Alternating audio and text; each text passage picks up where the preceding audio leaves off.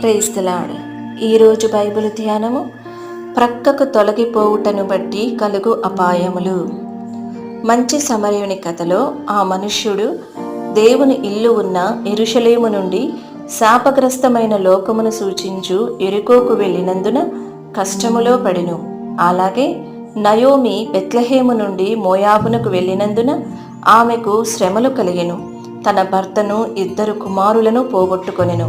దేవుడు నియమించిన స్థలమును ఒకడు విడుచుటను బట్టి దేవుని మార్గముల నుండి ప్రక్కకు తొలగిపోవుట వలన అతడెంత వెల చెల్లించినో చూడుము. అబ్రాహాము ఐగుప్తును చేరక మునుపే నిజమైన కలవరములో పడెను. అబద్ధమాడమని తన భార్యతో చెప్పెను. ఆదికాండము 12వ అధ్యాయము 11-13 వచనములు. సారా తన భార్యయని చెప్పినచో ఆ దేశపు జనులు తన్ను చంపి సారాను తీసుకొందురని అబ్రాహాము భయపడెను. అతడు తన్ను గూర్చి ఆలోచించుకొని తన భద్రత, తన సంరక్షణ గూర్చియే తలంచెను. నీవు నిన్ను గురించి మాత్రమే తలంచిన ఎడల నీవు ఇప్పటికే ఐగుప్తులో ఉన్నావని అర్థము. తన భార్య అయిన సారాను కాపాడుటయే తన బాధ్యత.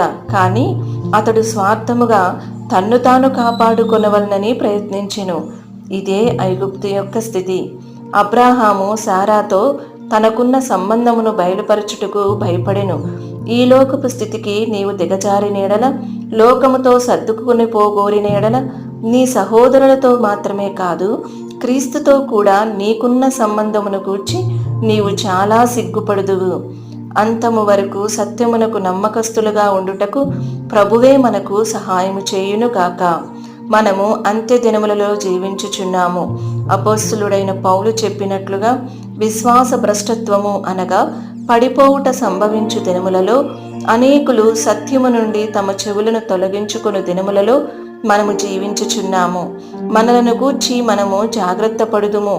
మనలను కాపాడుటకు సమర్థుడైన ప్రభువుకే మనలను సమర్పించుకొందుము గాక.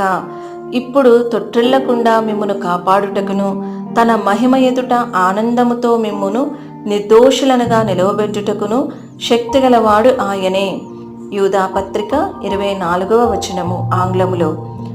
ఈ వీడియో యొక్క పూర్తి స్క్రిప్ట్ కావాలంటే దయచేసి డిస్క్రిప్షన్లో చూడండి.